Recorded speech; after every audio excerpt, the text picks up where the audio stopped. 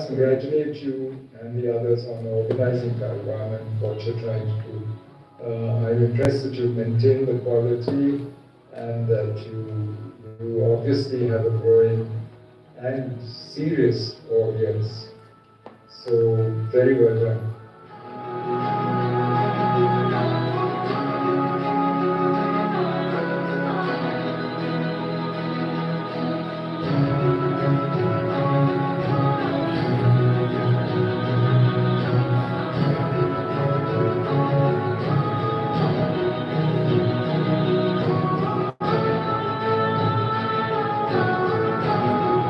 It's great to have something that is so publicly available and which academics can interact with audiences, and it's a wonderful thing, and I've used it many times myself when I'm just looking to hear what the latest academic intervention is. It's easy to follow and always engaging and enjoyable, so thank you for hosting it.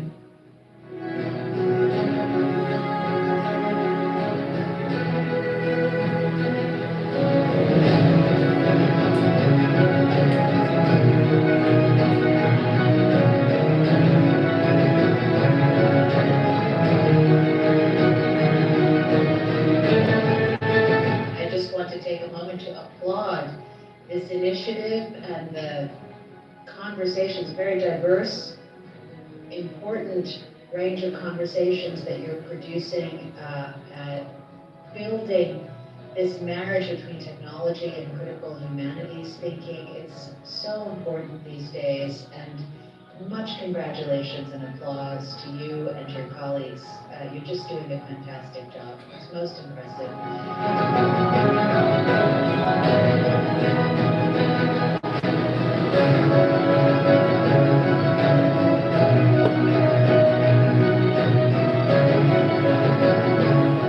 As the invitation came from Isha to say a few words, these are essentially historical academic discussions. And I find this because I was a little bit hesitant whether this is the right time to launch into this kind of discussions.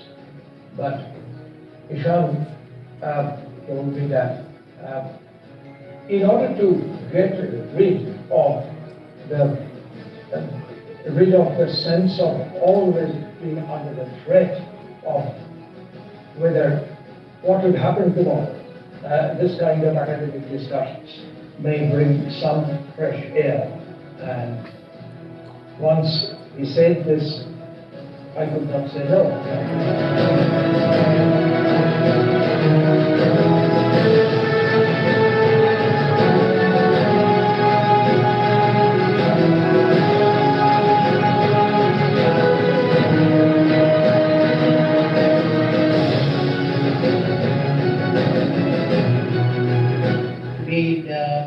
Following your activities. In fact, I met you last year just before the COVID lockdown started. That was probably the last public function that I attended and talked at in your college.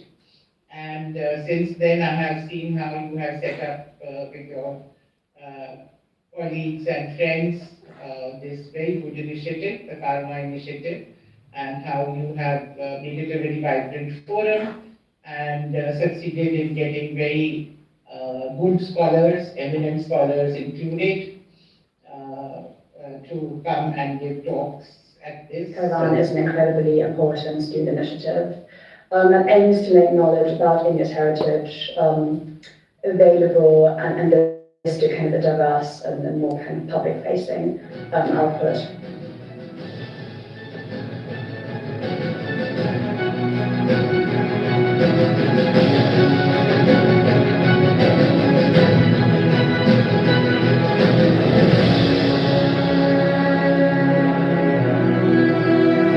I'm very happy to see that notwithstanding all the difficulties which you and your other colleagues must have faced, and you have gone through a personally traumatic time, you have built Karwaan up into a real, a very creative platform, and in the process created, I think, a larger fraternity of those who are interested in history. and you have invited to it some of the most eminent historians of India who have written about specific aspects of Indian history. And frankly, I am somewhat intimidated when I look at your list because I am not in that league. I am more of an amateur, but I'm still happy to be with you today and to join this fraternity.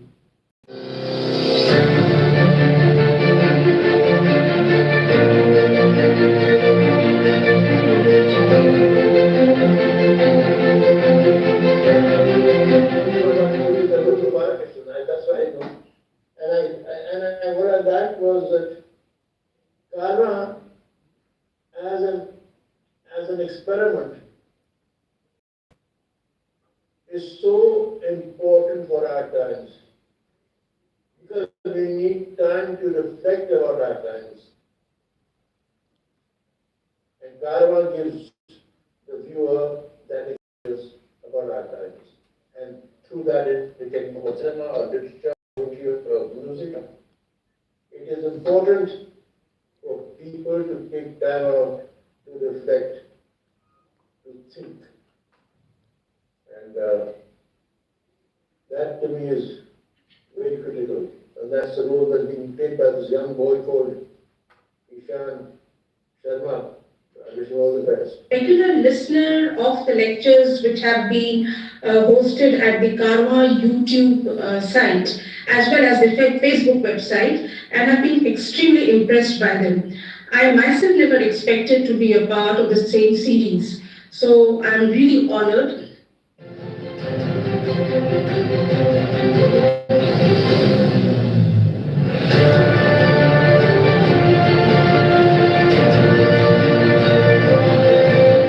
Represents the best of our upcoming generation of scholars who've used the restrictions of the pandemic and the technologies that are available to us today to really do something amazing. I mean, at this moment, I see that your channel, Karwaan, has 14K subscribers, This is an achievement, and I really, applaud you for this. This is what, as teachers, we love to see, I may not be your teacher, but I'm a teacher ultimately at the university, and it's students like you that give me hope for our future. So this is why I have this very special feeling in joining you today. And if you like, we are all waiting secretly for invitations from Ishan Sharma and Karwaan. Now it goes on the CV of all the top academics,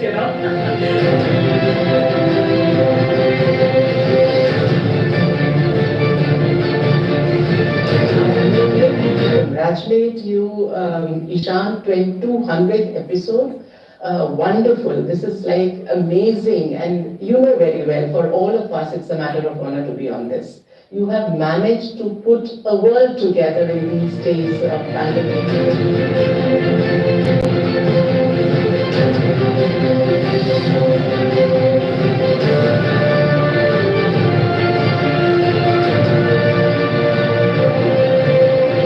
When we are all stuck in our homes, these webinars and live Facebook seminars are the only ways to exchange ideas and for scholarly interaction between students and teachers across the world. So thank you very much for organizing this session.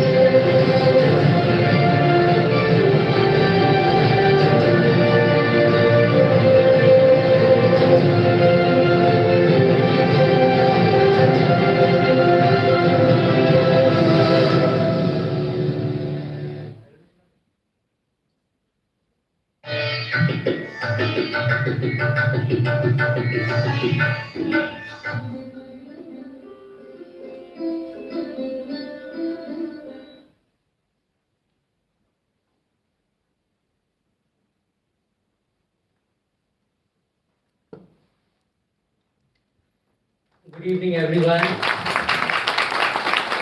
What a long journey. Oh, I'm tired after seeing that long video. I am Ishan Sharma, founder of Karwaan, the Heritage Exploration Initiative, about what you just saw. And before beginning the event, there are a few housekeeping rules. Please keep your mobile phones on silent or rather switched off.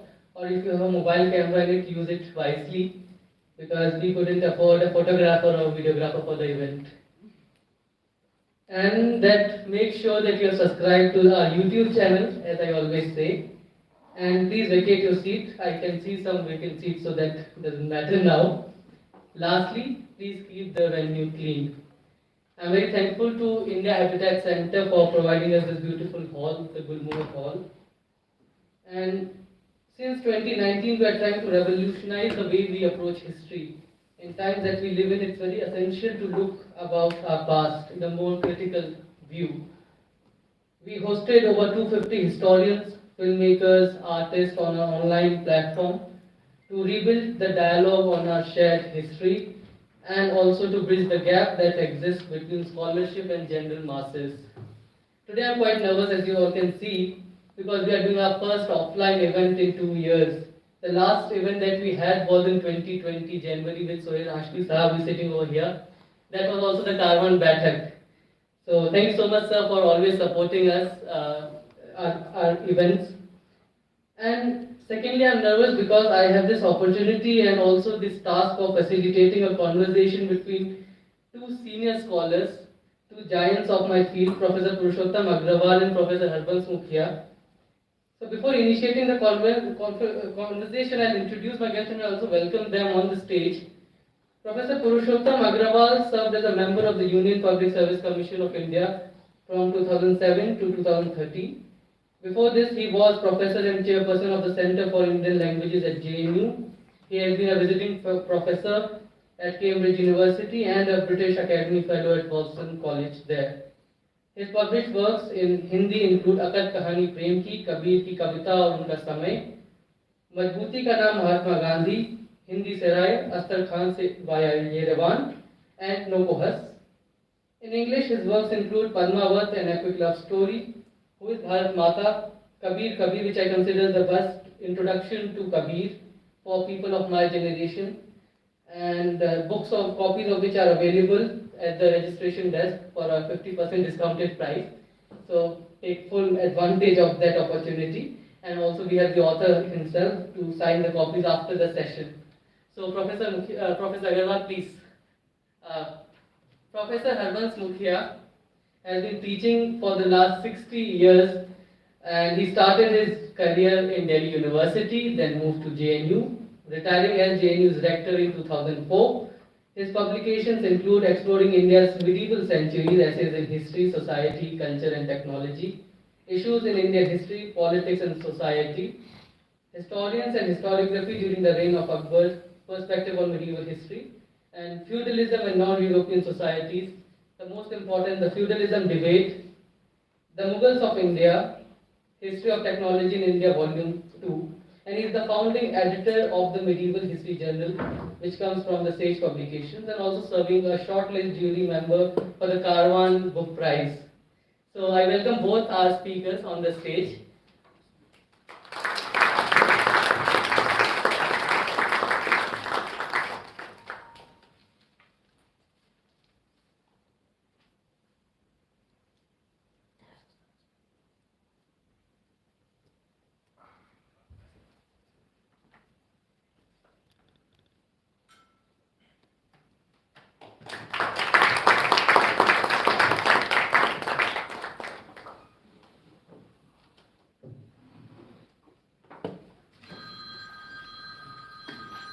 As said, please keep your phones on silent or rather switched off.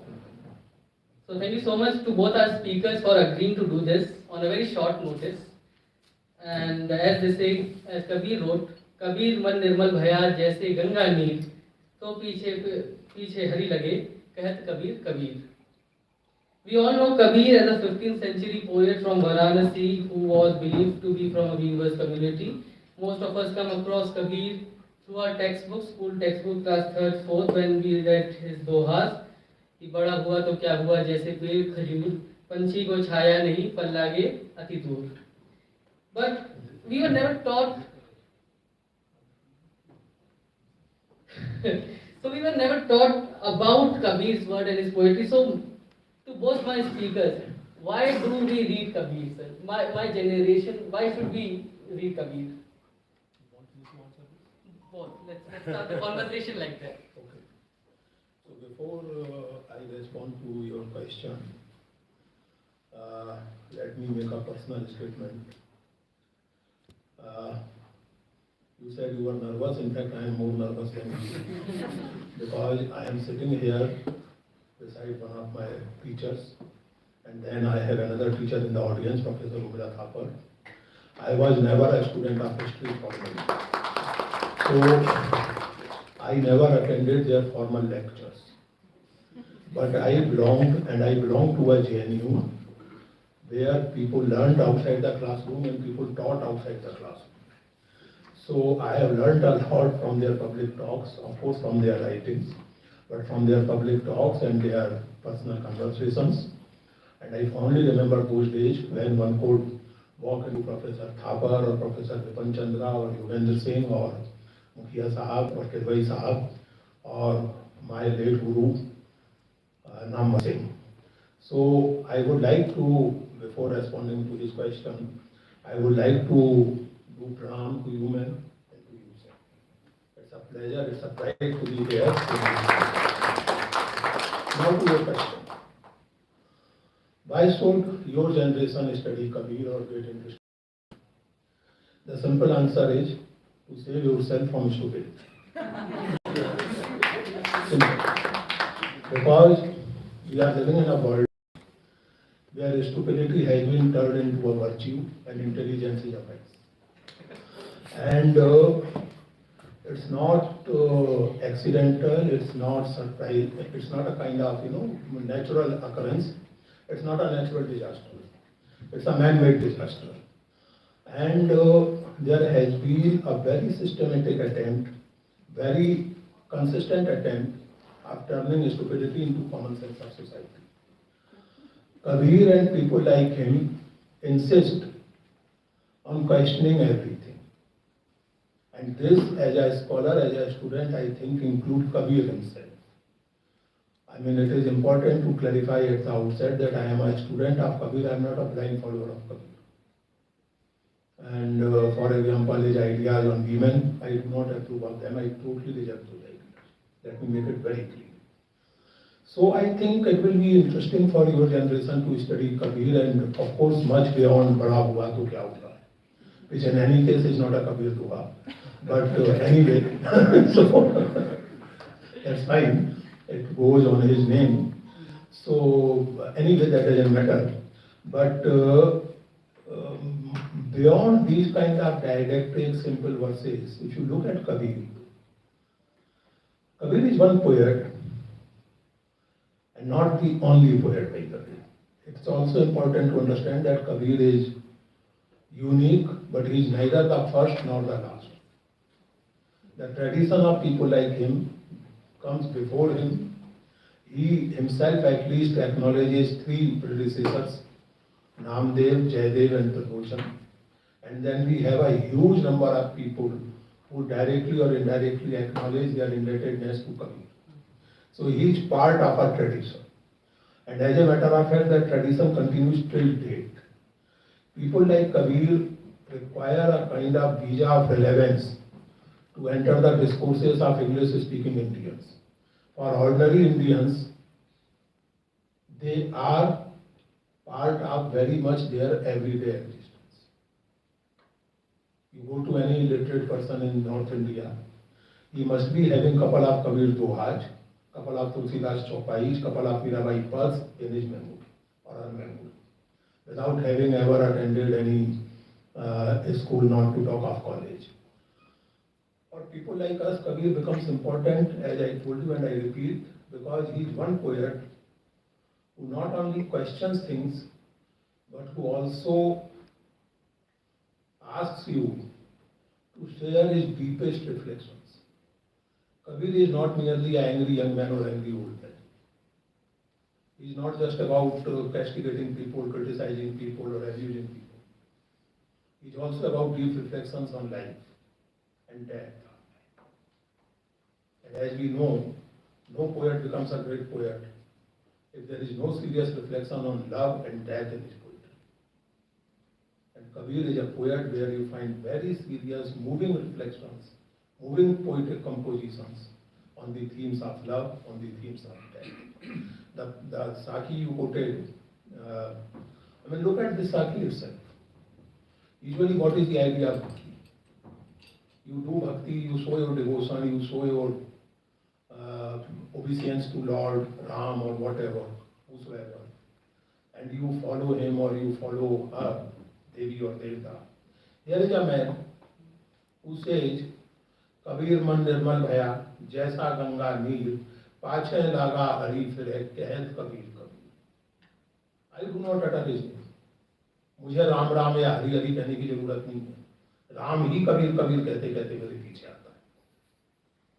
That's why actually he was considered arrogant also by some people, and he was arrogant, and not without reason. You see, arrogance is also okay. Personally speaking, I would accept the arrogance from a real genius, not from a moron who goes with the name of genius.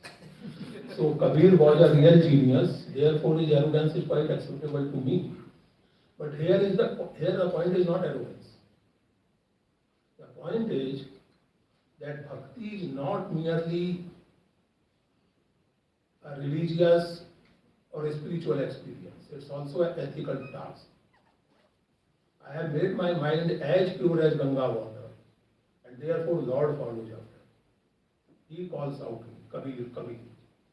So Ishan, that is why one, in order to have some sense of deep, moving reflections on life, love and death, and more importantly these days, to get vaccinated against stupidity, which is a more dangerous virus than any. So it's important and advisable for you guys to study Kabir seriously. Thank you so much, Professor Agarwal. Professor Mukhia, any comments? Well, I think in a way you are, sorry. Yes? Is it okay? Yeah. I think in a way you are in tune with the environment around. Why should you study Kabir? In the sense that we have been told, it has been hammered down our throats, that the real history of India begins with 2014. Prior to that sort of fake history, wrong history, all the history that Ramila Thapar has written and Irfan Ali Birla, that should be disbanded. And therefore, what's the relevance of Kabir and, all of them. Anyway, you are in tune, as I said, with but I think, a little more seriously, I think, what I admire about your effort is, and the effort of many others is that, with all the assaults on the discipline of history, the discipline of history is surviving, surviving as a discipline, with its norms, with its sort of, its contours, its sort of, forms and so on and so forth. The discipline of history in the hands of professional students of history and professional teachers of history, that discipline has not suffered. And I think yours is an excellent example and endeavor to preserve the sanctity of the discipline of history.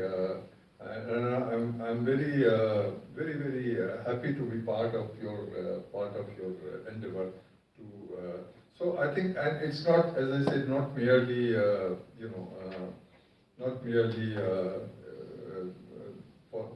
one reason or other. It's really that the discipline of history is much more powerful than all the assaults that are being launched on it. So I think we have to study history as it is, as a discipline, with all its sort of innovations and changing and alterations and modifications and so on and so forth. We have to preserve the sanctity of that discipline, and you are doing that, and I think that's the reason why we should be studying Kabir among so many other great figures of history. Yes. Thank you so much, sir. So my next question to both of you will be, As I said, I got introduced to Kabir through my NCRT textbooks, and now we got to know that the Doha was wrong. So, NCRT, if you're listening to us, please. So, my question to both of you is, how did you both come to know Kabir, understand Kabir? Professor Karwaan. Let me first clarify, it's not a question of wrong or right. Since this particular Doha, you know what happens? With Kabir, there's a lot outside the available written or printed texts. The written text of Kabir, the oldest is considered Adijan, that was composed in 1603 or 16, finalized. And it was finalized on the basis of various manuscripts, including the Mohan Pothij of Goyandwal town, which is 1572 or 1573. Then we had this manuscript of Dadupanthi tradition. So it is on the basis of these manuscripts that the current text of Kabir Granthavali has been prepared. But historians of literature and historians in general have also argued that many of things might have left outside. Because all such collections, all such writing down the texts were, determined by various kind of considerations. For example, if you compare Bijak and Granthavali itself, then Bijak is more given to, sannyasi or Vairagi type of reading. Therefore, the erotic kind of poetry is almost totally excluded from Bijak tradition. Therefore, and to give you a very interesting example, one of the most famous poems of Kabir and most popular, Jhini Jhini Bini Chakriya, is neither found in Granthavali nor in Bijak. So the problem is that it is Kabir or not.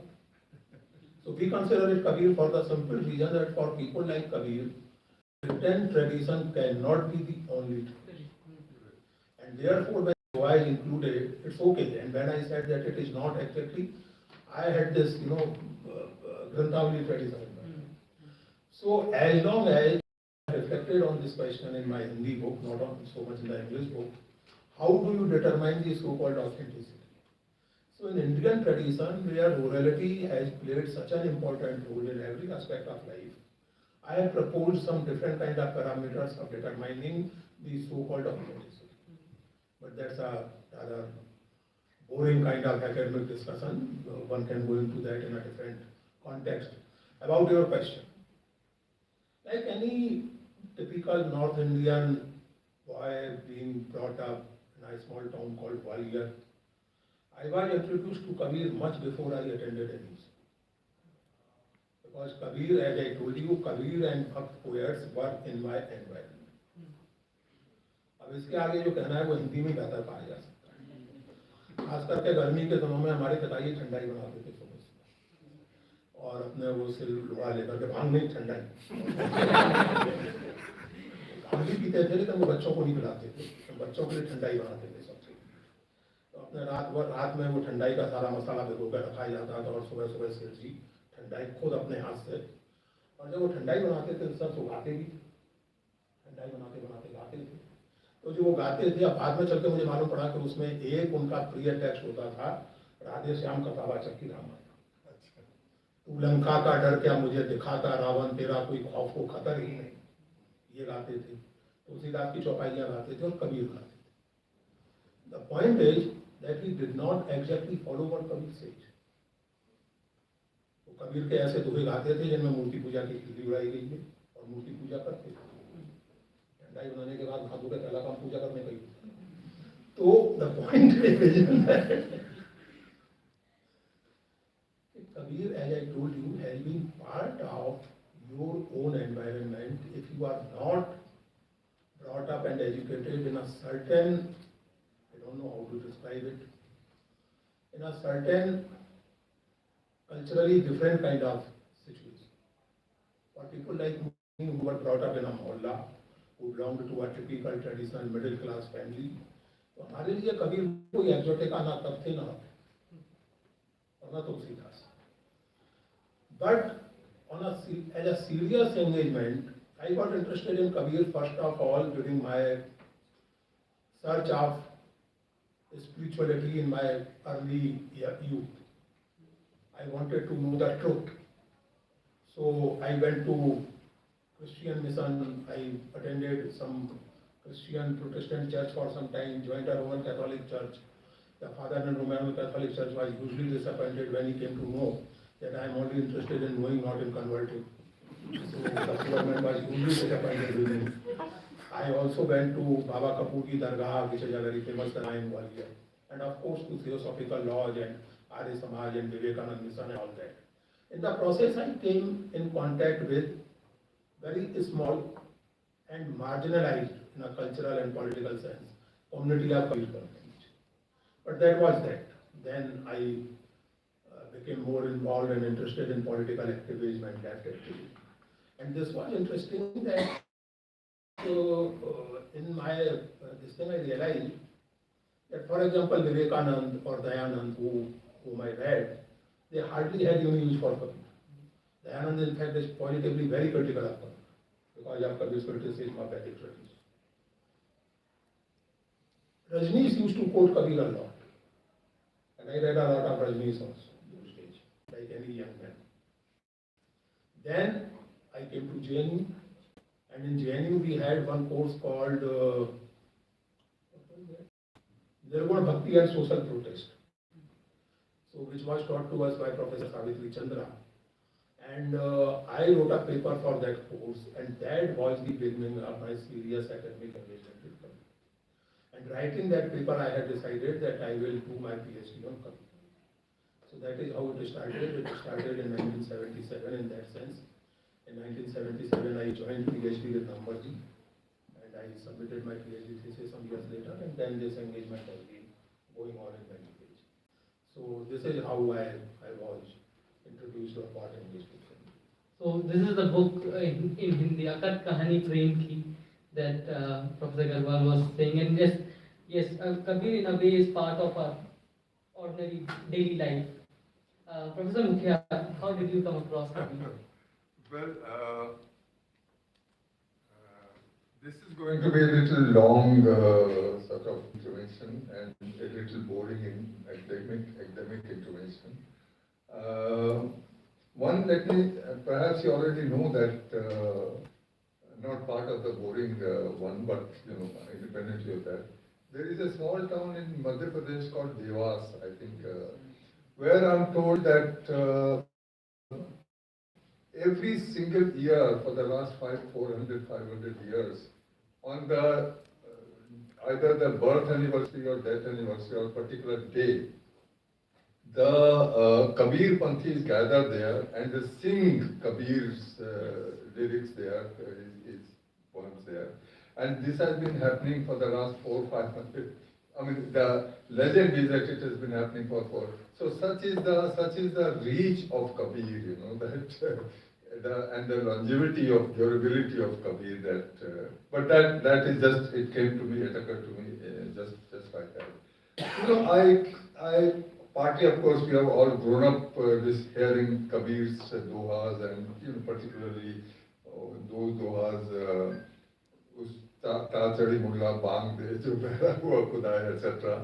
And ताल से वो चटकी भरी जो piece खाए संसार etc. We have all grown up with that, but that's not enough to create an interest in you. My real interest in Kabir began very late, very late actually, very recently, I must say, when I tried to study Kabir. Is that the reason why the interest began was, there is a particular share of Mirza Ghalib, which is a fantastic share. I mean, almost all shares of Ghalib are extremely provocative, extremely, in a way philosophical, in a way inviting. But this one particularly is a particularly favorite of mine. The share is Hum Wahid Hain, Hamara Kish Hai Tarke Rusum. A little difficult Urdu. Ghalib's Urdu is difficult all the time anyway. There is a poet who commented on Ghalib's poetry. I forget the poet's name, but the sher I remember. He commented it in a sher, on it in a sher. कलामे मीर समझे और जुबाने मीरजा समझे, मीर और मीरजा दो शायर हैं, as you know. कलामे मीर समझे और जुबाने मीरजा समझे, मगर इनका कहा ये खुद ही समझे या खुदा समझे. So his Urdu is difficult, but this particular shade is particularly difficult. So हम मुवाहिद हैं, हमारा केश है तरके रसूम. मुवाहिद तो हम या monotheists, you know. I'll come to monotheism in a moment. जो तौहीद में यकीन करते हैं, you know, one God, universal God, one God, not universal yet. तो हम मुवाहिद हैं, that's simple. हमारा केश है तरके रसूम. Kesh is kind of sect or commitment. Our commitment is, हमारी commitment है रस्मों को तोड़ना, तर्क करना, रस्मों को तोड़ना हमारी commitment है. हमारा धर्म है रस्मों को तोड़ना. मिल्लतें जब मिट गईं अज्जाए ईमा हो गईं. मिल्लतें जब मिट गईं, communities, when the communities are eradicated, then what happens? Then as these eradicated communities become part of they become elements of the true faith, Iman. You know. Now I'll come back to this share a little later again, but this was the share I wanted to understand. You know, how is it that Ghalib is saying hum muwahid hain? One, he is identifying himself as a muwahid. Then he says, what is a muwahid? In a way, he is explaining what is a muwahid. Muwahid is one who breaks all the rituals, all the ceremonies, all the customs, you know, who breaks them. Tark-e-rusum. Millatein jab mit gayi, when the communities are eradicated, what does he mean by eradicating communities? Does he mean that when all the communities die or get finished in some way or the other? Obviously, he doesn't. Obviously, he means what he means by the millatein jab mit gayi, when the ritualistic identity of the community, the formal identity, the religious identity, if you like, doesn't use the word religious, but that's what he means. The identity of the community is erased. Then that community, that erased identity of the community becomes part of the true faith. You know. Now, अज्जाए ईमा हो गई, ईमान के elements बन गए. Now, iman here is a beautiful word, you know. Iman has two meanings here. Usually, iman means Islam. Islam is, you know, iman पर आप ईमान में यकीन करते हैं या आप कुफ्र काफिर हैं. You know, iman is equivalent of, in the Islamic tradition, Islam is, iman is equivalent to Islam. But he is not saying, he is using the word iman in the opposite sense, you know, again, in a way contrary to Islam. You see, the true faith is that where the community identities do not exist, they get erased. I got very interested in this. In a way, I came to Kabir from Ghalib backwards. You know, I wanted to understand how did he come to this kind of notion of, you know, of being a muwahid and eradicating community identities and become part of the true faith, which is technically Islam, but actually it is contrary to Islam. How did he come to this very profound kind of understanding? Then I realized that, you know, and another source of my inspiration for going to Kabir was Abul Fazl. You know, Abul Fazl, the great historian, the great intellectual of the 16th century, he's talking almost in the same language, you know, that Kabir later on, Ghalib later on talked. So I got interested. How did these people like Abul Fazl and Ghalib and so on, Bulleh Shah in between, how did he's talking exactly the same language. How did they come to this kind of notion of muwahid, of tawheed? Now, that led me to Kabir, actually, you know. How did tawheed lead me to Kabir? You know, Kabir is very, Purushottam has talked about Kabir's Kabir's sort of commitment to love as the universal phenomenon, universal attribute. Love is the prime attribute. I'll talk of another aspect of Kabir, namely Kabir is often seen as a kind of messenger of Hindu-Muslim harmony and so on and so forth, brought harmony. There is a book exactly by the same title, Kabir, the prophet or messenger, apostle of human, right? I think that Hindu-Muslim harmony is the after effect of Kabir's much more profound, much more fundamental quest than Hindu-Muslim harmony. This was not his main problem. It's actually Hindu-Muslim harmony or Hindu-Muslim conflict is our problem. It's a 19th and 20th century problem and becoming exacerbated in the 21st century. It's our problem. It wasn't really Kabir's problem. Kabir's problem was a much more fundamental one. And the problem was a conceptual problem. And the problem of Kabir was that, Islam comes to India in three different ways: through the battlefield, through Khanqa, and through trade. Sufi Khanqa and trade. But irrespective of how it came, Islam comes to India. Islam brings a totally, not only different, but alternative, opposite concept of God and concept of worship of God. Concept alternative to the existing concepts of God and concepts of worship of God that prevailed in India within the framework of Hinduism. Islam brings one notion of God in contrast to hundreds of thousands of notions of God and goddesses and so on and so forth. Islam brings one notion of God, La ilaha illallah.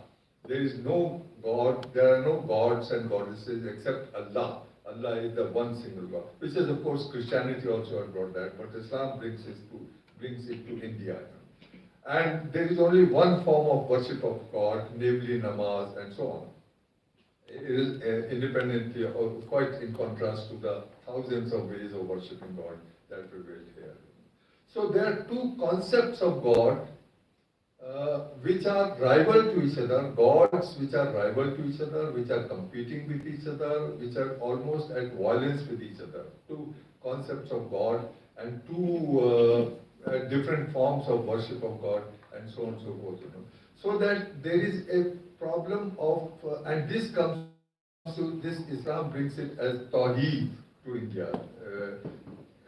Tawheed is central to monotheism, is central to Islam as it is to Christianity.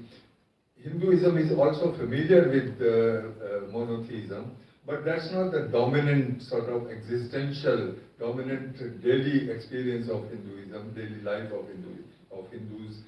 That's a theoretical, very elite kind of theoretical exploration of monotheism, but in real life it is polytheism which is the dominant part of life and thinking. So that two concepts of God come to us, two rival concepts of God, two rival concepts of denominational religions, Islam on one hand and Hinduism on the other hand. And therefore, there is a dichotomy established between these denominational religions and denominational gods, Ishwar and Allah.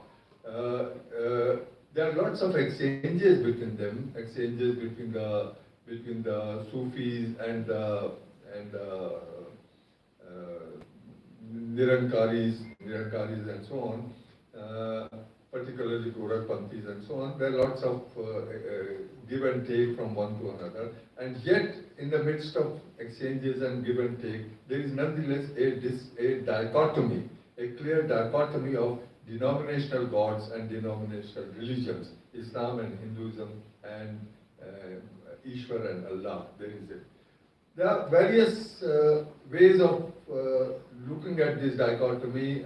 Eknath was one who was later than Kabir, but nonetheless that was one way of looking at dichotomy. Eknath's Hindu to Samvad, where one Hindu and one Muslim one Pandit and one Maulvi, they get into samvad with each other, argument with each other. Each one of them is making fun of the other's ritual and so on and so forth. There is no philosophical discussion in this Hindu-Turk samvad. Turk is the synonym for Muslim in medieval times. So Hindu-Turk samvad, they make fun of each other's rituals and so on. There is no philosophy involved here, as I say. And in the end, they end up by realizing that actually it's all the same. There is not much difference between one and the other. And they embrace each other and part ways.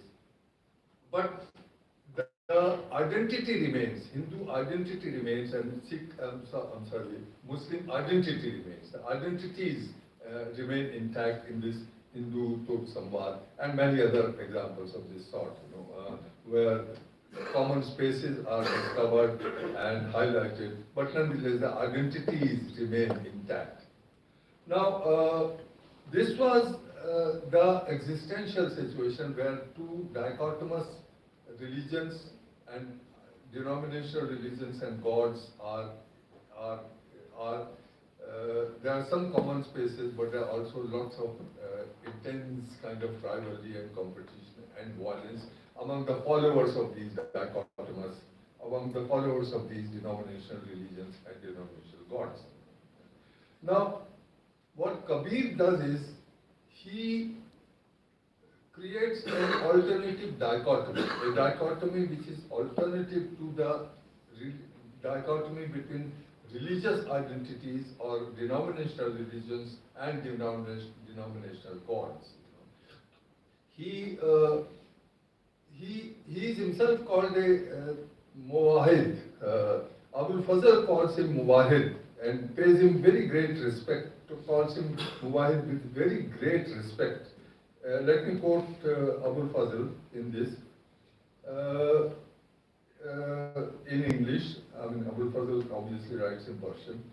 Abul Fazl identifies him as a Muwahid and observes in these moving words, the hidden meaning had become clear to him, and he had given up the obsolete customs for Sude Rasmahai. He had given up the obsolete customs of the world. Much of his poetry in the Hindi language is memorable for searching the truth. There are many compliments embedded in this brief statement by Abul Fazl. One, that he is a Muwahid, and he is a Muwahid who has the hidden meaning had become clear to him. What is the meaning of hidden meaning? What is the hidden meaning? Sufism has this notion of the hidden meaning or hidden part of your life, batin, and the zahir, the apparent, your apparent life, which is the daily life, which you grow up in and you do your jobs and you earn your living and this, that, and the other. That's your apparent life. The hidden life, the hidden meaning of life. There is another hidden meaning of life, which is the spiritual meaning of life, which is hidden from you, from the person himself or herself. And it is the search for this hidden meaning that enlightens one, that brings one the salvation, ultimately, that brings in the hidden meaning of words, the search for the hidden meaning of words, the search for the hidden meaning of words and life leads you to fana, the ultimate annihilation of the self. And ultimate annihilation of the self is the goal of all human beings who are searching for the hidden meaning of life. So you forget about this, doing your business and earning your living, etc., etc. The real life is in that hidden, searching for that hidden meaning and finding and ending, culminating in fun. So that he is paying a great compliment to him when he says the hidden meaning had become clear to him. And he had given up the obsolete customs of the world. Much of his poetry in the Hindi language is memorable for searching the truth. The truth again is that, again emphasizing that the truth meaning, the true meaning of life, the hidden meaning of life. So he's paying him an enormous compliment as a Muwahid. Abul Fazl is paying him an enormous compliment as a Muwahid. But then there is another delightful testimony to his being a Muwahid. The testimony is that there was one Abdul Haq Muhaddis, rather conservative kind of Muslim thinker. He tells a delightful story, records a delightful story, and the story is that Abdul Haq Muhaddis's father asked his father once, "Who is this famous man Kabir? Is he a Hindu or a Muslim?" So his father said he is neither a Hindu nor a Muslim, he is a Muwahid. Then his father, Muhaddis's father asked, "What is a Muwahid?" Then his father says, "You are too small to understand, you will understand when you grow up, what is a Muwahid." Now, the point that I'm emphasizing is that there is I'm sorry, no, you have to give me some more time, sorry. The point that is that, that there is a recognition here that Muwahid is neither a Hindu nor a Muslim. There is a clear recognition, even among the conservative sections of the Muslim community, that a Muwahid is one who can be. Muwahid is usually within the fold of Islam, but who can be neither a Hindu nor a Muslim, but a third kind of identity, which is what Kabir is. So Kabir is that kind of Muwahid who is neither a Hindu nor a Muslim, and therefore he's searching for a different path towards Tawheed.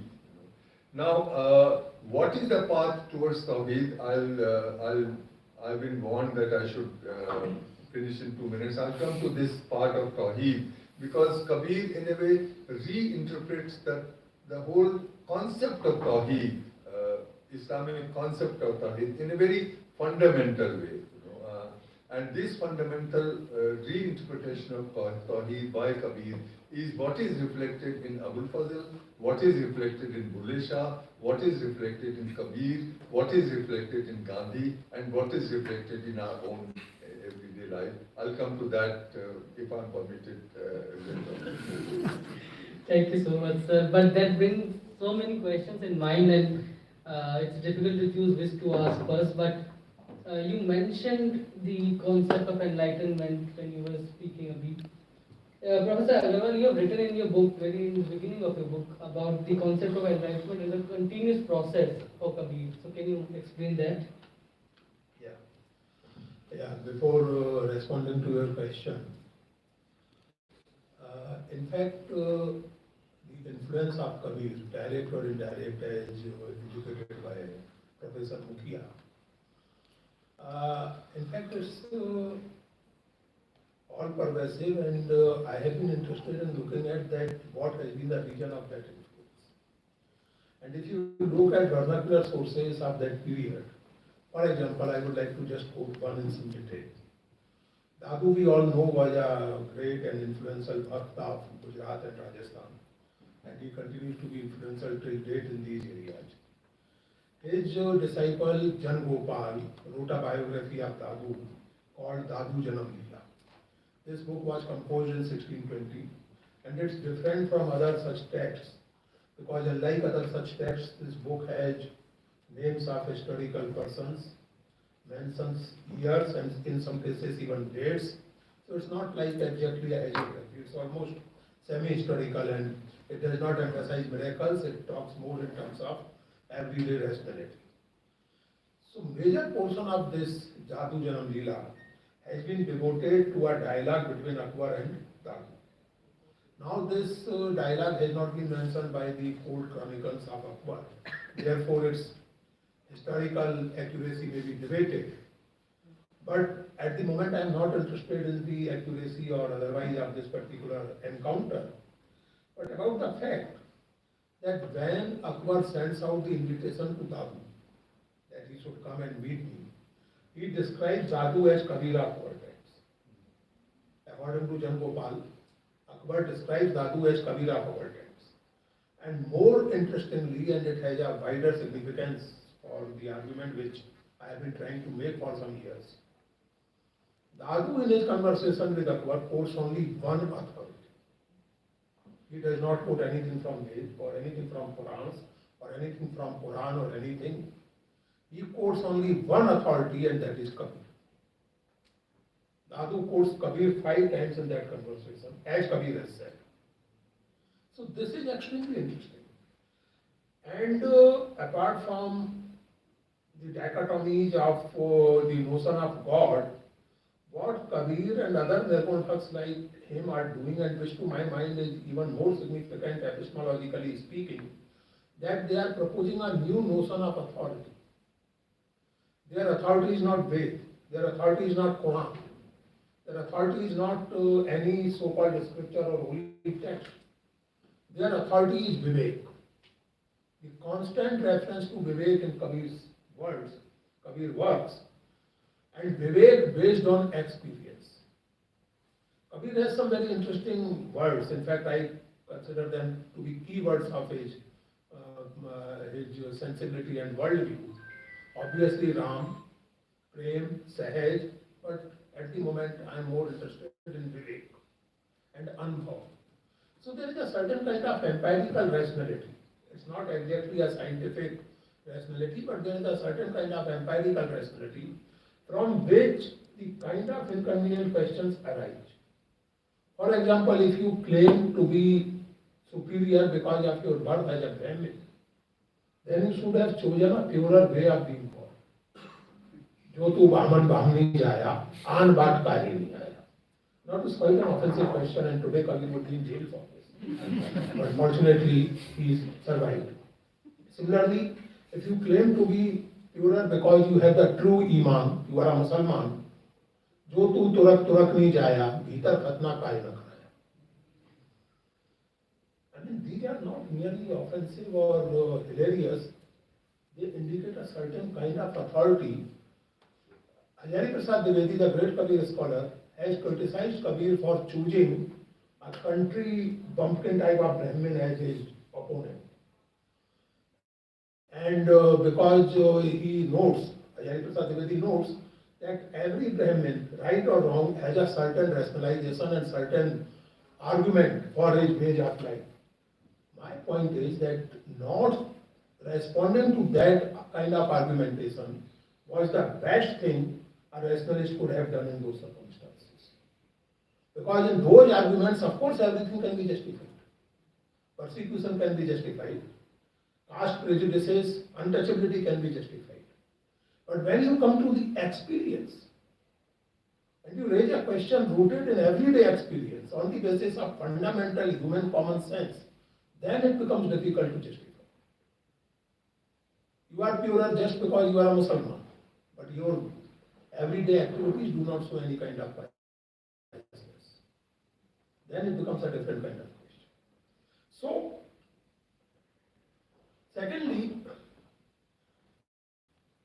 Kabir has been described as Dharma Guru. There are many people who think that he was a Dharma Guru, he was trying to produce a new kind of religious or sectarian identity, he was propounding a new religion or whatever. I find it quite interesting that if you look at Kabir Granthavali, which is supposed to be a more Vaishnavized text, if you look at Kabir Granthavali, the term dharma occurs only 13 times. And I am talking of 700 padas and thousands of sakhis and 300 printed pages. The term dharma occurs only 13 times. One, it occurs in the sense of Yamraj, Dharmaraj. Another place it occurs in the sense of duty of Varnashram, Khatri Kare Khatriya Dharma. And other times, almost every time the term dharma is used to make fun of them or dharmic people. On the other hand, if you compare this with bhakti, you would really require a computer to count how many times the term bhakti is used.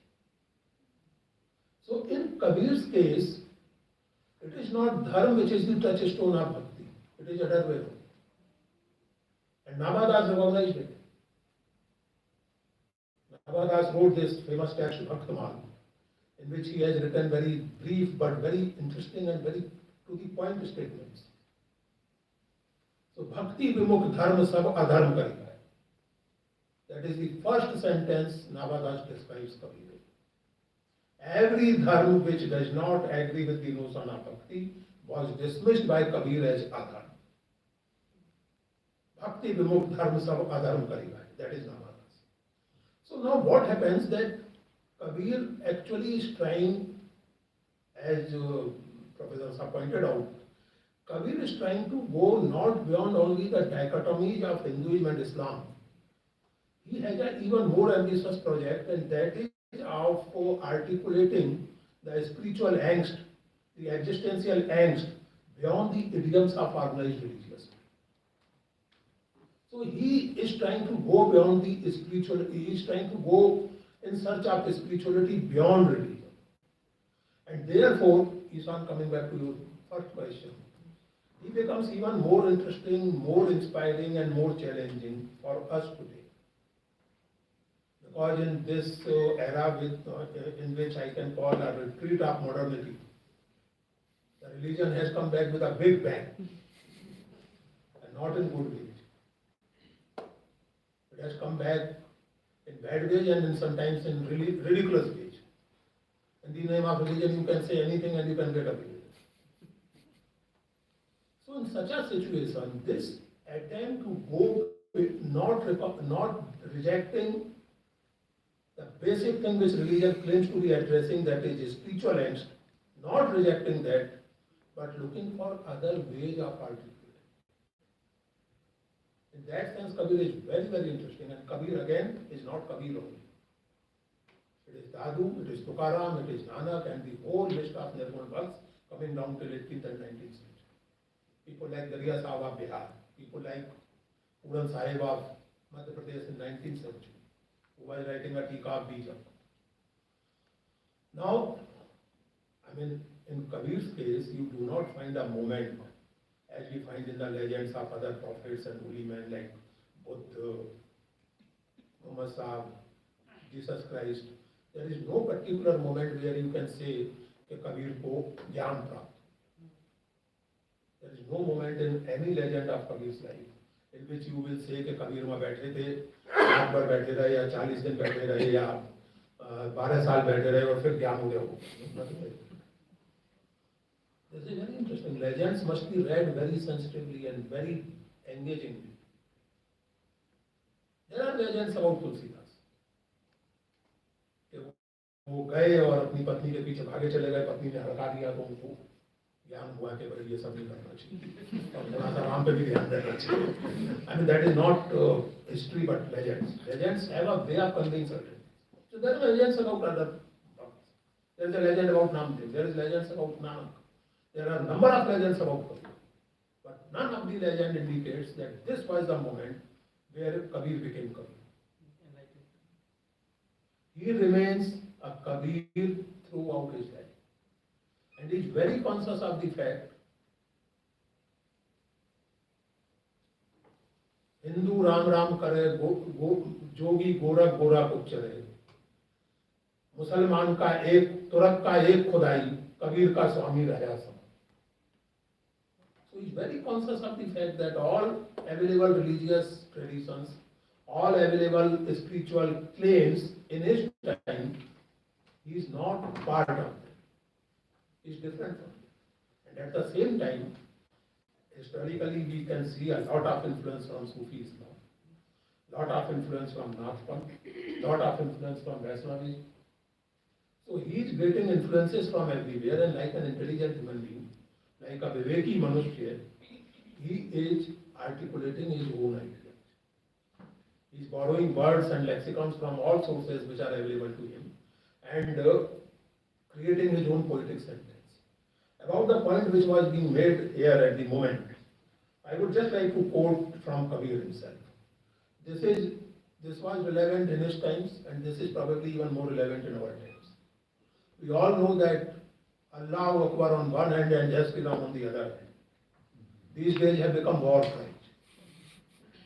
They reflect belligerent communities. claiming to be taking care of all the historical sins and crimes and so on. So Allah and Ram have become the symbols of fighting warring communities, identities. In this, one of the most poignant and beautiful poems of Kabir. The poem starts with Allah Ram jiu tere tain, bande upar meher karo mere se. Oh my Allah, oh my Ram. The same person or the same entity is being addressed with both the names. I live for you, please have some mercy on me. Allah Ram jiu tere tain, bande upar meher kar mere san. It's not two, it's one. And the poem ends, and this is beautiful. जेती औरत मर्दा कहिए सब में रूप तुम्हारा. All these human beings which I can see around myself are actually the manifestations of the same divinity. जेती औरत मर्दा कहिए सब में रूप तुम्हारा, कबीर पंगड़ा अलह राम का हरे गुरु पीर हमारा. Now पंगड़ा is छोटा बच्चा, बालक. In Kabir's time, in the Hindi of Kabir's time, पंगड़ा is बच्चा, छोटा सा बच्चा, गोद का बच्चा जिसको कहेंगे. तो मैं कबीर अल्लाह और राम दोनों का पंगड़ा हूँ, दोनों का बच्चा हूँ. वो मेरा हरि भी है, वो मेरा गुरु भी है, वो मेरा पीर भी है. तो कबीर पंगड़ा अलह राम का हरि गुरु पीर हमारा. So when we talk of Kabir or when we talk of our own times, I think Kabir is the most prominent of those vices which appeal to our sanity, which inspire us to think and speak in a more human and saner way. And it is important to underline once again that there is no particular moment of enlightenment in Kabir's life, which means that in history we identify this century or that century of enlightenment in particular society, but in our own lives we know from our own experience that every moment is a moment of moral and intellectual change.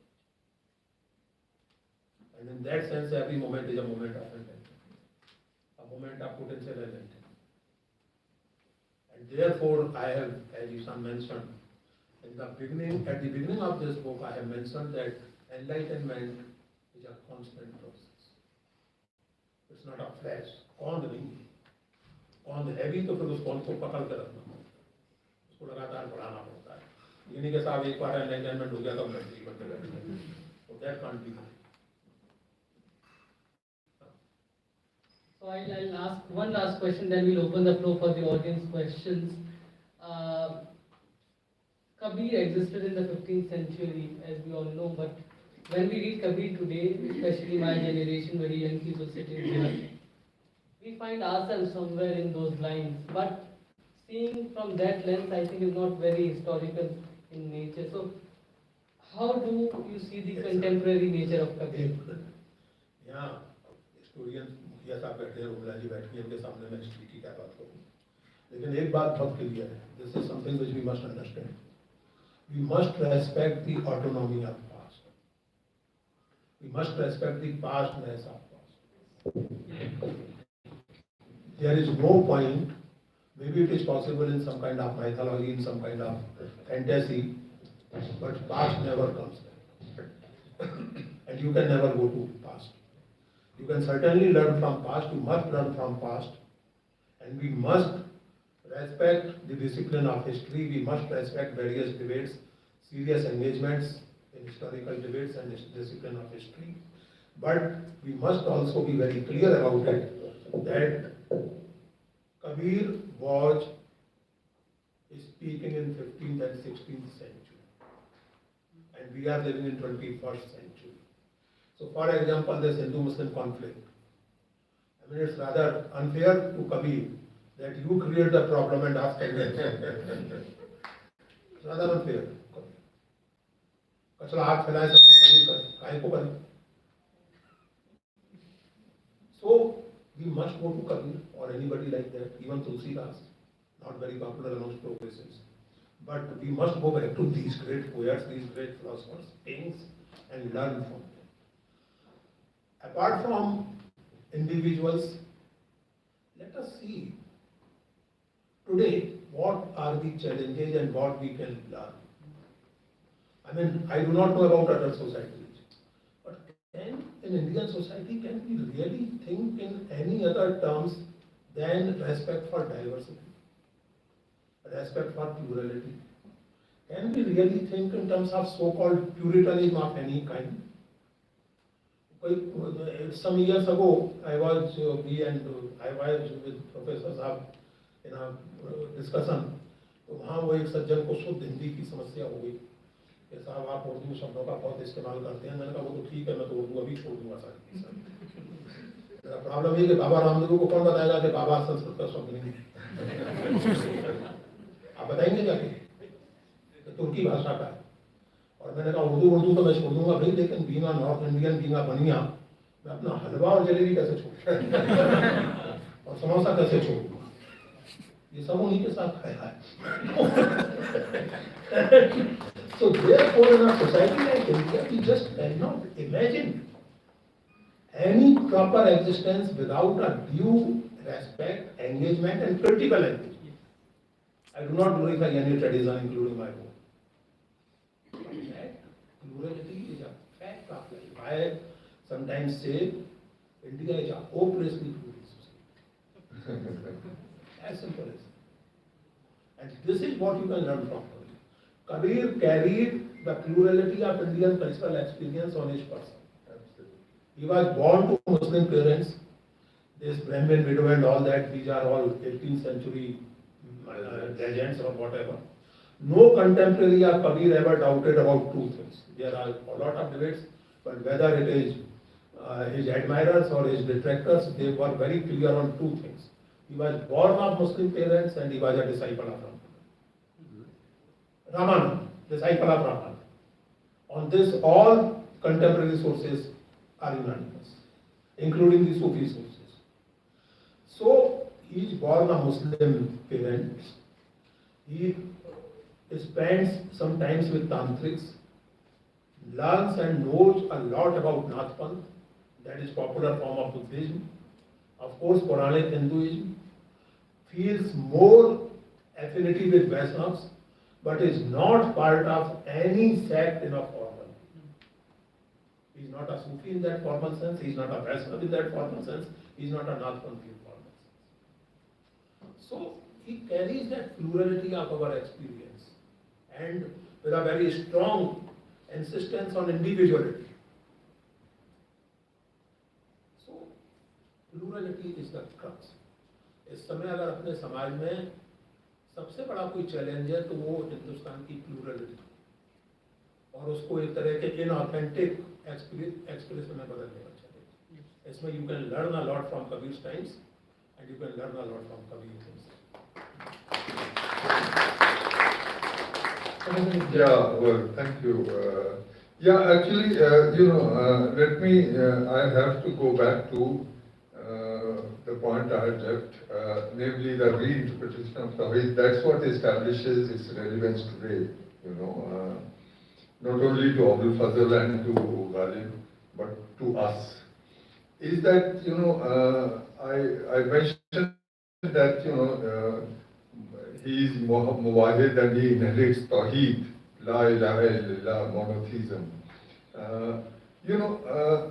Tawheed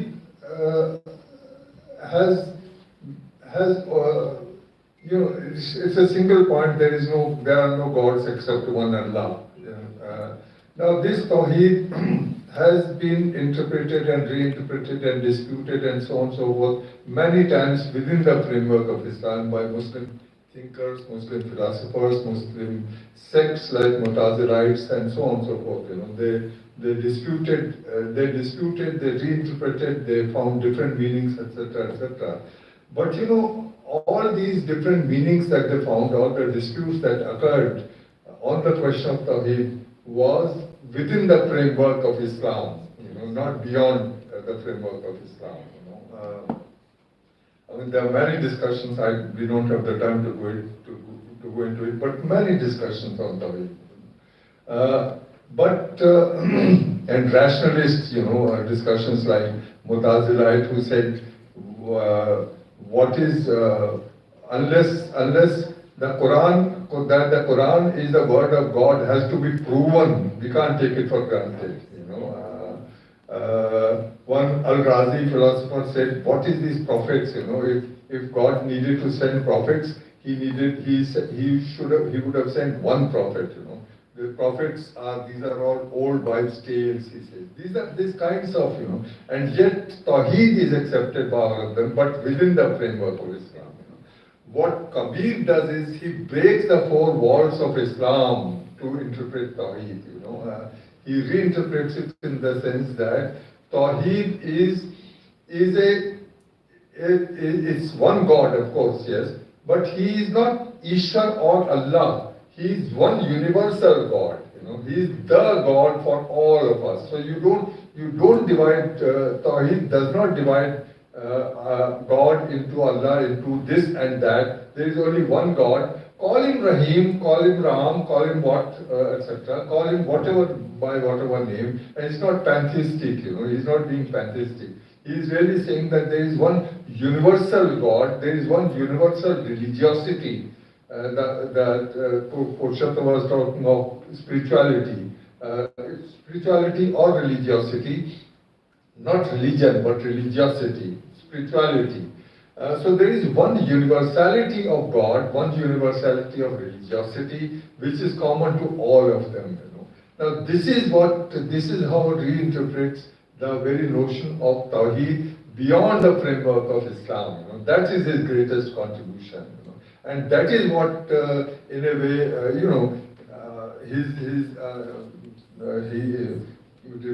Purushottam remembers them by heart.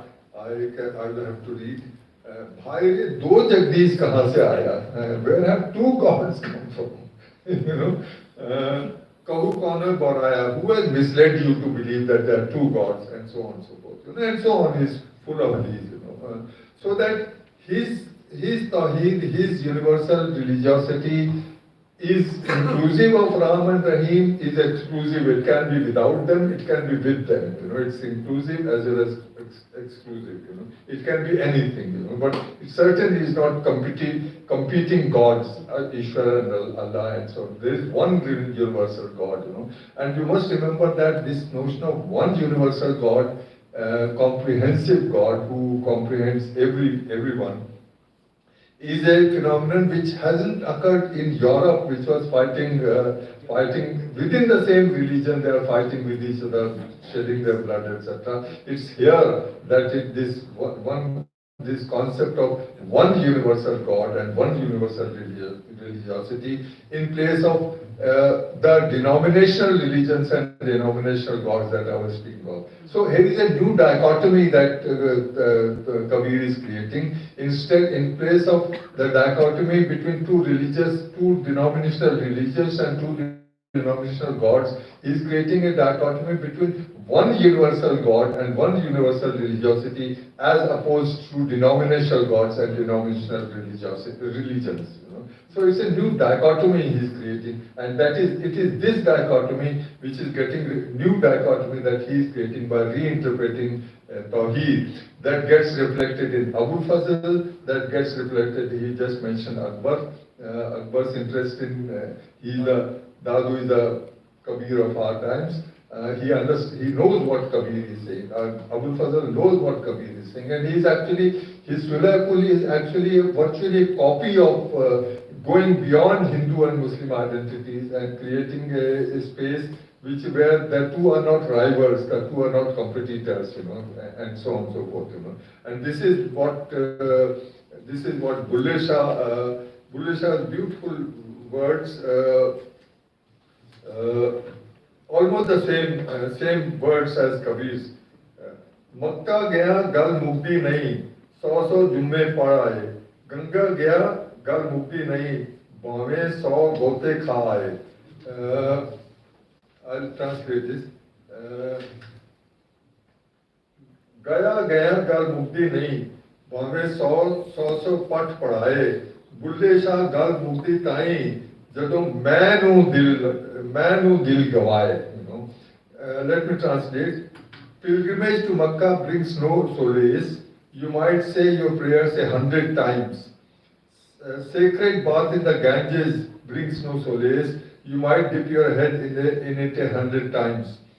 Bulle Shah will find solace only when ego, that is to say not my ego, my dogma's ego, my identity, my religious identity's ego, denominational religious identity, that ego is done away with, that's erased from my heart.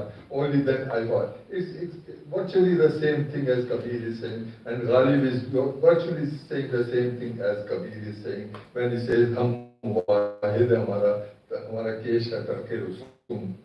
Millatein jab mit gayi, ajzaye ima ho gayi. And this is virtually what the same thing, Ishwar Allah Tero Naam Sabko Sanmati De Bhagwan. And this is, let me conclude with one historical statement, that is our experience, is that historical statement is that in the so-called Muslim period of bad term, but I'm using it just to make the point, period of Indian history, the medieval period of Indian history from 1200 to whatever, 1750 or so, or let's say 1700, or let's say 1707, Aurangzeb's death. Until then, not a single communal riot is in record. Not one communal riot. There are lots of battles between Sikhs and Mughals, between Marathas and Mughals, between Jats and Mughals, and so on and so forth. Battles are fought.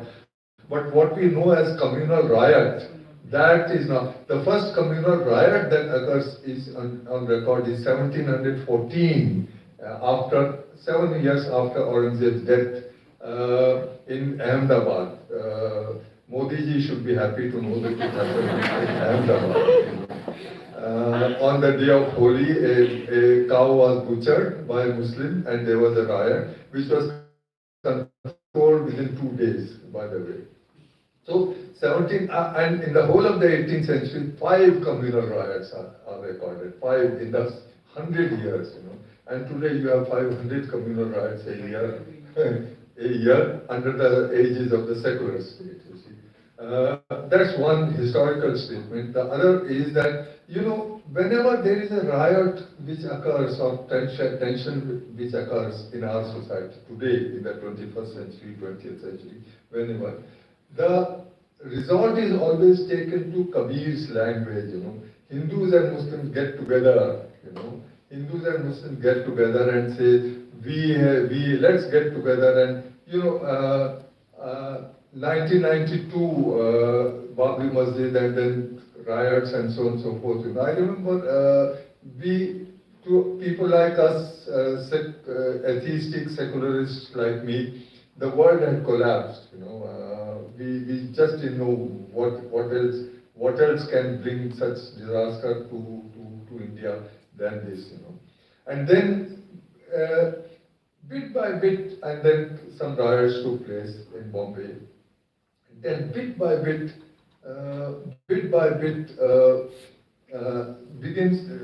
news began to arrive in newspapers. In this small town, Hindus and Muslims got together and rebuilt the mosques and temples which had been damaged. In that town, Hindus and Muslims got together and they decided that they will not allow any outsider to enter their mohalla and street and so on and so forth. This is Kabir's language. This is the language of Kabir. This is Kabir's language of one university. We all every day we use this. Allah, Bhagwan to ek hai, usko naam alag alag hai. So this is the language of Kabir, which has allowed India to survive. Even partition of India, it has allowed India to survive. And this is the language of Kabir, which the current regime is finding so intolerable. That is the tragedy that person like me, in my old age, having had to face. But this is the lesson of Kabir: one universal God instead of rival gods and rival denominational religions and so so on. This is the only way to survive, and we will survive in this very way. Thank you. Thank you so much, sir. That reminds me of a Kabir bhajan कि साधो देखो जग बौराना, हिंदू कहते हैं राम हमारा, मुसलमान रहमाई, आपस में जो सांच कहो तो मारन दावे झूठे जग पतिया। सांच Yes. कहो तो मारन दावे झूठे जग पतिया। Thank you so much, sir. Now we'll open the floor for questions. We have about 15 to 20 minutes with us. So, yeah, there's this person.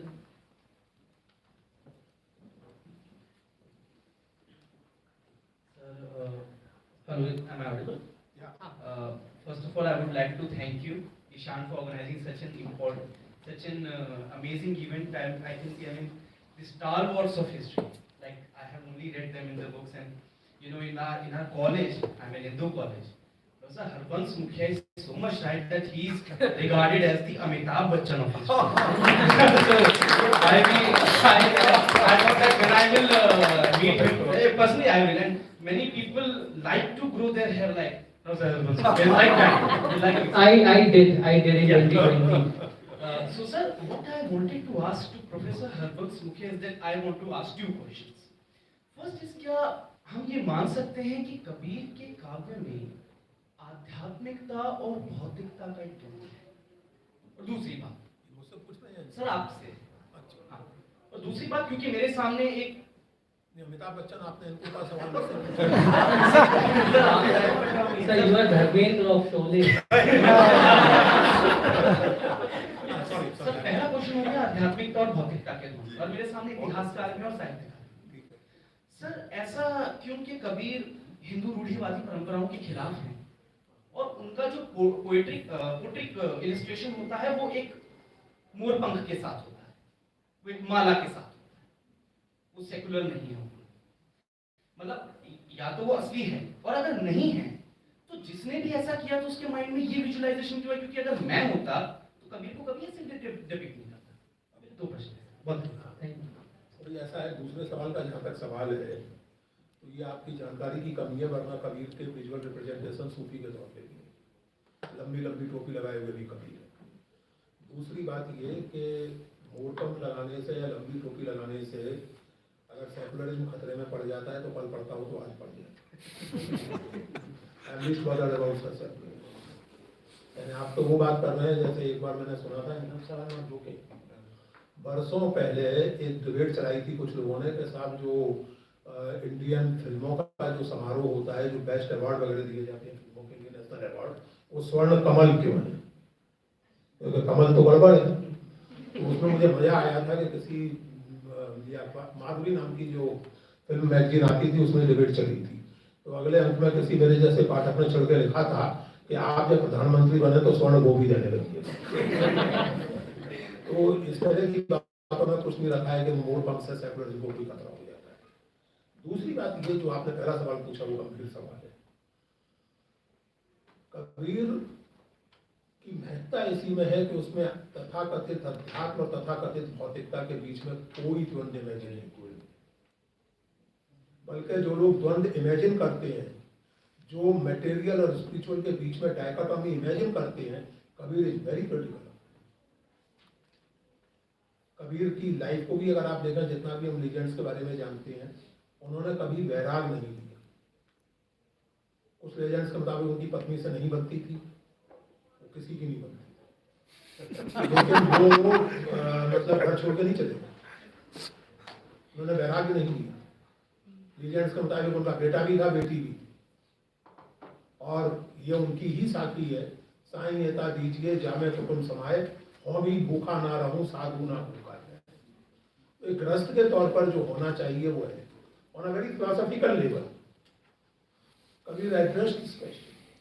Kabir का मैं एक पद पढ़ रहा हूँ, एक जुगति एक ही मिले किंबा जोग के भोग, इन दुनियों पर पाइए राम नाम से लीजिए। People say that you can adopt a way in which you can either enjoy the worldly pleasures or you can become a yogi. I am proposing a way in which you will enjoy both. This is what Kabir is. इन दोनों पर पाइए राम नाम से भी जोड़े. And what is that way? योगी मत बनिए और ये भी मत कीजिए कि किसी चीज से कोई मतलब नहीं है. राम नाम की सिद्धि कीजिए. राम नाम की सिद्धि करेंगे तो आपको योग का भी आनंद मिलेगा, भोग का भी आनंद मिलेगा. तो ये दिमाग से आप बिल्कुल निकाल दीजिए कि कबीर के यहाँ भौतिकता और आध्यात्मिकता का कोई पॉइंट है. In fact the entire point of Kabir is precisely this. Just as he goes beyond religiosity or organized religiosity in search of spiritual truth, similarly, he rejects this notion of being spiritual at the cost of being in society. बाहर कहो तो भीतर कहो तो जग में लाज, बाहर कहो तो झूठा लो, मैं कई विधि कथों गंभीर. भीतर बाहर सबद निरंतर, मैं कई विधि कथों गंभीर.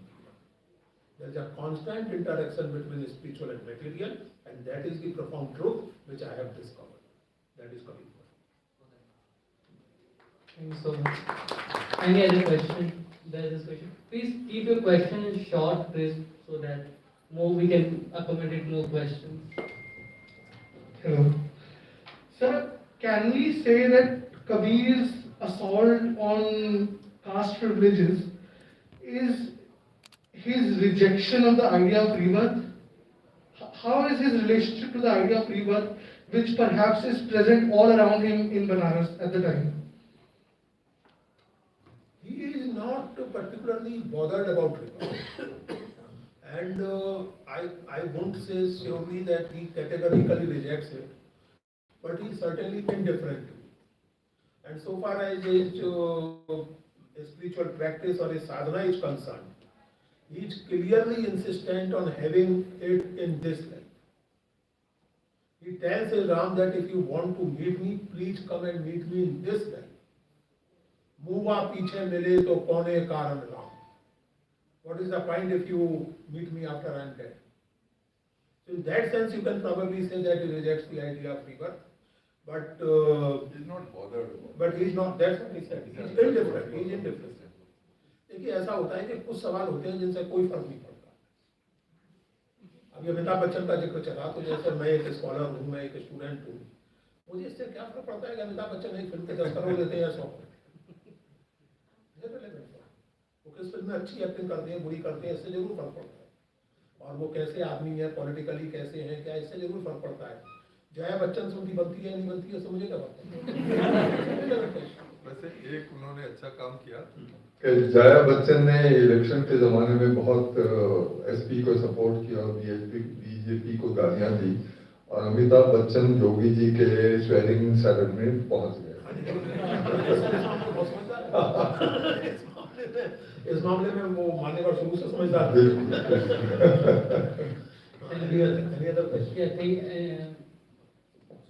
Let's. Sir, I would like to ask a question from Agarwal sir. Sir, I would like to say that during the beginning of the lesson, you said that you don't agree with the views of Kabir on women. So could you please elaborate a bit on what particular views do you disagree with him? Because we have seen a lot of agreement on Kabir. So He has written about it in his book actually. Please buy a book. There's a whole chapter on it. thank you. On 50% discount, it's available. फायदा भी पहुंचाओ इसमें. Okay, there's a question. Sir, आप दोनों का बहुत बहुत धन्यवाद. बहुत जानकारी मिली और बहुत उत्साहित हुआ. मेरा क्वेश्चन है कबीर पंथ से रिलेटेड कि कबीर की शिक्षाएं जो बीजक है, कबीर ग्रंथावली है या जो ओरल ट्रेडिशन है, उससे हम लोगों को सीखने को मिलती है. लेकिन जो आज कबीर पंथ काम कर रहा है वो कबीर की शिक्षाओं को आगे बढ़ाने का काम कर रहा है. कई जगह मैं देखता हूँ कि जैसे कबीर ने कर्मकांडों का विरोध किया, लेकिन कबीर पंथ में कई शाखाओं में कर्मकांड हैं, बहुत सारी महंत भी हैं, बहुत सारी शाखाएं हैं, कबीर एक थे. तो इस सबको हमें कैसे देखना चाहिए? Thank you. ये सवाल का जवाब देने के पहले मैं सवाल पूछने वाले का थोड़ा परिचय देना चाहता हूँ. ये मेरे पोता शिष्य हैं, इनका नाम है अवधेश पांडे। यहाँ मेरे प्रिय छात्र बैठे हुए हैं रामचंद्र जी। इन्होंने रामचंद्र के साथ काम किया है और 12 मार्ग जो कबीर पंथ का एक महत्वपूर्ण वो है उस पर काम किया है, इसलिए जाहिर है कि ये सवाल है। देखिए अवधेश जी, आप जानते हैं इस बात को, मुझसे शायद बेहतर जानते हैं डायरेक्ट एक्सपीरियंस के कारण, कि पंथ फॉर्मेशन एक हिस्टोरिकल प्रोसेस है जिसको सिंपैथेटिकली समझा जाना चाहिए। मैं पंथ को रिजेक्ट करने वालों में से नहीं, लेकिन एट द सेम टाइम पंथ और कबीर की प्रायोरिटीज, उनकी चिंताएं अलग, और इसलिए पंथ से ये एक्सपेक्ट करना कि कबीर की जो भी सोच है, कबीर की जो भी आपके शब्दों में टीचिंग्स हैं, उनको वो चस्का तस जीवन में उतारेंगे या उतार पाएंगे, ये चैलेंज। लेकिन मिसाल के तौर पर पारक मार्ग भी बड़ी हद तक उनके निकट है मेरी समझ में। चौड़ा मठ जो है वो भी काफी उनके करीब है उस तरह से। लेकिन दूसरी ट्रेडिशंस भी है, गुजराती ट्रेडिशन है, दामाखेड़ा की ट्रेडिशन है। दामाखेड़ा सर मैं गया था अपनी रिसर्च के सिलसिले में, नहीं रिसर्च के बाद, हाँ किताब छपने के पहले गया था, तो वहाँ मैंने देखा था तो बाकायदा मूर्तियाँ वगैरह हैं, और वो धर्मदास जी की मूर्ति की पूजा होती है और आमनी जी की मूर्ति की पूजा होती है, और जैसे टिपिकल मंदिरों में पूजा होती है जिनमें 3-4 बार स्वयं आरती वगैरह सब होती है। तो मैंने उनसे एक सज्जन से पूछा, मैंने कहा भाई कबीर को ये कहते हैं कि वो क्या है, पाथर पूजे हरी मिले तो मैं पूजूं पहाड़, ताते ये चाकी भली पीस खाए संसार, और आप लोग ये सब कर रहे हैं। तो उन्होंने कहा कि आप लोग गलत ढंग से समझते हैं। साहब ये कह रहे हैं कि मैं तो पत्थर को भी पूजूंगा, पहाड़ को भी पूजूंगा, तो पहाड़ भी पूज रहे, पत्थर भी पूज रहे।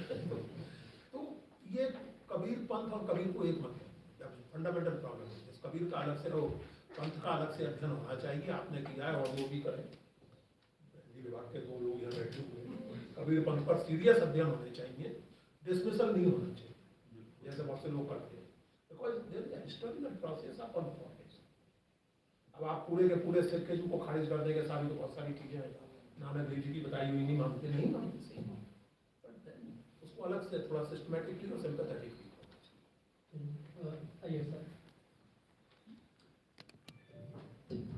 My question is to Professor Mukhya. You explained what Tawheed means, but you took it for granted that we would understand Muahid. I didn't. Can you explain what is Muahid in English? Well, I thought I did try to explain at least. Tawheed is monotheism, literally, and the formula for monotheism, Islamic formula for monotheism, for that matter Christian, but Islamic, we are talking of Islamic, is La ilaha illallah. There is only one God, there are no other gods. So that is the Tawheed, you see.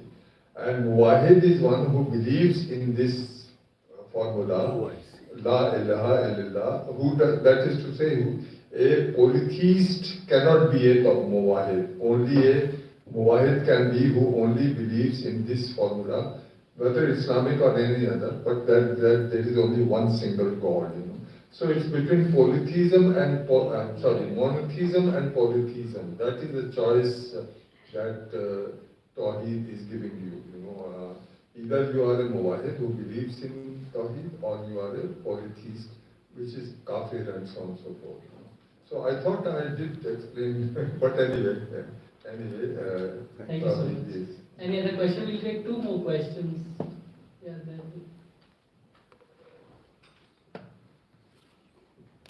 So my question is pretty simple. Kabir comes to this idea of a monotheistic sort of God, or like a universal God. But does he ever arrive at an idea which is close to atheism, or does he ever deny the existence of a God as such? Not to my knowledge. No. If not, why do you think he? No. You expect somebody in the 15th century to deny the existence of God anywhere in the world. I mean, I can ask the question further. Why did he talk of socialism? I mean, he was critical of caste privileges and all that. Why did he talk of socialism? And he was so sensitive to caste oppression, but why he was almost such a misogynist? Why he was not a feminist? or why he was not so concerned about the environment. This is precisely the point I was making. You impose your 21st century idiom and ideas on someone who was writing in 15th and 16th century. In a tradition where the word Gnostic incidentally literally does not mean not believing in God. In Indian philosophical tradition, the word Gnostic means not believing in the authority of Veda. And therefore, Sankhya is not Gnostic, even though it does not bother about God.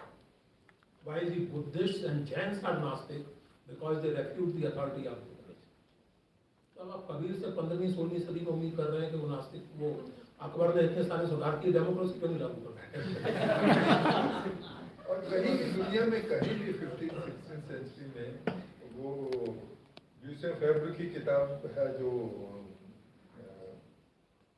क्या कहते हैं one fellow who doesn't question the existence of God, who has some doubts about, he's not really question. What's the famous book of Yusuf Faber? I'm forgetting. Anyway, so one fellow who has some questions about God, not denying the God, but some questions about God. And by the way, Ghalib is full of questions about God. He doesn't deny God, but full of questions about God. So there is a whole book by a major historian called Yusuf Faber on this one fellow who is not very sure about what God is. And to think of atheism in the 16th century, 15th century, 16th century, anywhere in the world, it's very, very tough. Thank you, sir. Any other question? One last question that we can take. Good. Thank you. So before ending the session, there are a few requests. First is to sustain Karwaan, we require a little bit of donation every time. So feel free to donate. There is a QR code right outside at the registration desk. So please consider donating. As you saw in the long video that we tried to show the work that we are doing in trying to promote critical thinking in times that opposes critical thinking. And we can't thank enough our both speakers for making it today for the session, our first session after 2020, long time. And this book is available for 300 rupees at the registration desk. So please feel free to get this book. And those who have the book can come on the stage one by one to get it signed or get photographs clicked back with the Amitabh Bachchan and Dharmendra from the history. No, sorry. I take it from Amitabh Bachchan. Dharmendra में अच्छा actor है ना कुछ दिलीप कुमार थे Dilip Kumar and before that also follow Karwaan on Facebook, on Instagram and on Twitter. The username is KRWAAN Heritage. Feel free to follow and it's free for all in public domain. Thank you so much everyone for being a great audience. People can come one by one to get it signed.